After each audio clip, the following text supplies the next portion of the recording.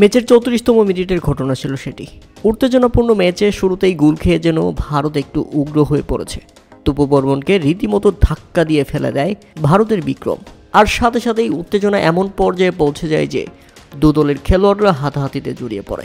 বিশেষ করে ভারতীয় এক ফুটবলার মুরসালিনের গলা চেপে ধরার জন্য চেষ্টা করছিলেন, সেখানে বাধা দিয়েছেন হামজা চৌধুরী। ভারতের সেই ফুটবলারকে রীতিমতো সেখান থেকে সরিয়ে দেন হামজা চৌধুরী এবং সবাইকে ঠান্ডা করার জন্য চেষ্টা করছিলেন তিনি। তবে ভারত আগে ধাক্কা দিয়ে ভুলটা করলো, পরে অবশ্য শাস্তি পেতে হয়েছে দুই দলকেই। তপু বর্মনের পাশাপাশি রেফারি হলুদ কার্ড দেখিয়েছেন ভারতের সেই বিক্রমকেও।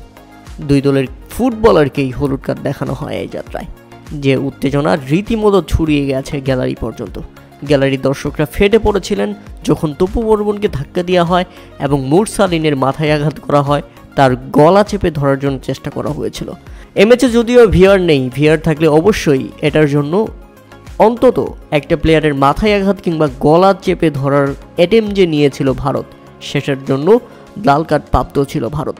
কিন্তু ভিআর না থাকার কারণে এ যাত্রায় রেফারি সমান সমান করে দিয়েছেন দু দলের মধ্যেই। প্রিয় দর্শক, যারা ম্যাচটা দেখেছেন, এখানে ভারতীয় দলের এই ব্যবহারে আপনারা সন্তুষ্ট কিনা, এই ব্যবহারের জন্য তারা লাল কার্ড প্রাপ্ত কিনা, তা অবশ্যই আমাদের কমেন্ট করে জানাবেন।